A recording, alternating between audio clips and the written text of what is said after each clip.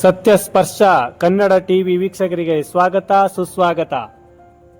ಲೋಕೋಪಯೋಗಿ ಇಲಾಖೆ ವತಿಯಿಂದ ಪಾಂಡವಪುರ ಬಸ್ ನಿಲ್ದಾಣದಿಂದ ಹಾರೋಹಳ್ಳಿ KHB ಕಾಲೋನಿಯವರೆಗೆ ಅಳವಡಿಸಲಾಗಿರುವ ಅಲಂಕಾರಿಕ ವಿದ್ಯುತ್ ಬೀದಿ ದೀಪಗಳ ಸ್ತಂಭಗಳನ್ನು ಮೇಲುಕೋಟೆ ಶಾಸಕ ದರ್ಶನ್ ಪುಟ್ಟಣ್ಣಯ್ಯ ಪಾಂಡವಪುರ ಪಟ್ಟಣದ BGS ಶಾಲೆ ಮುಂಭಾಗ ಲೋಕಾರ್ಪಣೆಗೊಳಿಸಿದರು. ಬಳಿಕ ಮಾತನಾಡಿದ ಶಾಸಕ ದರ್ಶನ್ ಪುಟ್ಟಣ್ಣಯ್ಯ, ಸುಮಾರು 1.52 ಕೋಟಿ ರು ವೆಚ್ಚದಲ್ಲಿ 3 ಕಿಲೋಮೀಟರ್ ವ್ಯಾಪ್ತಿಯಲ್ಲಿ ರಸ್ತೆ ಬೆಳಕಿನ ವ್ಯವಸ್ಥೆ ಕಲ್ಪಿಸಲಾಗಿದ್ದು, ನವೀನ ಮಾದರಿಯ ಒಟ್ಟು 106 ವಿದ್ಯುತ್ ದೀಪದ ಕಂಬಗಳನ್ನು ಅಳವಡಿಸಲಾಗಿದೆ ಎಂದು ತಿಳಿಸಿದರು.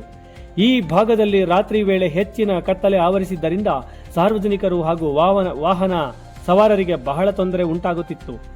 ಹಲವು ದಿನಗಳ ಸಾರ್ವಜನಿಕರ ಬೇಡಿಕೆಗೆ ಸ್ಪಂದಿಸಿ ಇದೀಗ ಅಲಂಕಾರಿಕ ಬೀದಿ ದೀಪಗಳ ವ್ಯವಸ್ಥೆಯನ್ನು ತುರ್ತಾಗಿ ಪೂರ್ಣಗೊಳಿಸಿ ಚಾಲನೆ ನೀಡಲಾಗಿದೆ ಎಂದು ಹೇಳಿದರು.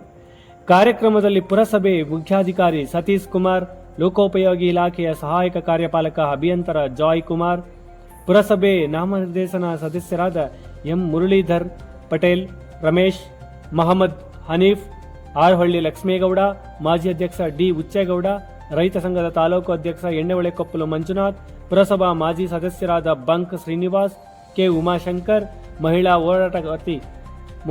ಹೋರಾಟಗಾರ್ತಿ ಹರಳುಕುಪ್ಪೆ ರೂಪಾ, ರೈತ ಸಂಘದ ಮುಖಂಡರಾದ ಗರಡಿಮನೆ ಚಂದ್ರಶೇಖರ್, ರಾಮಕೃಷ್ಣ, ಅರಗಪ್ಪರ ರಮೇಶ್, ಚಿಕ್ಕಣ್ಣ ಕೊನಾರಿ ಮಂಜು, ಬೇವಿನಕುಪ್ಪೆ ಅನಿಲ್, ಕಾಂಗ್ರೆಸ್ ಮುಖಂಡರಾದ BJ ಸ್ವಾಮಿ, ಕಣಿವೆ ರಾಮು ಸೇರಿದಂತೆ ಅನೇಕ ರೈತ ಮುಖಂಡರು, ಅಧಿಕಾರಿಗಳು ಹಾಗೂ ಸಾರ್ವಜನಿಕರು ಉಪಸ್ಥಿತರಿದ್ದರು.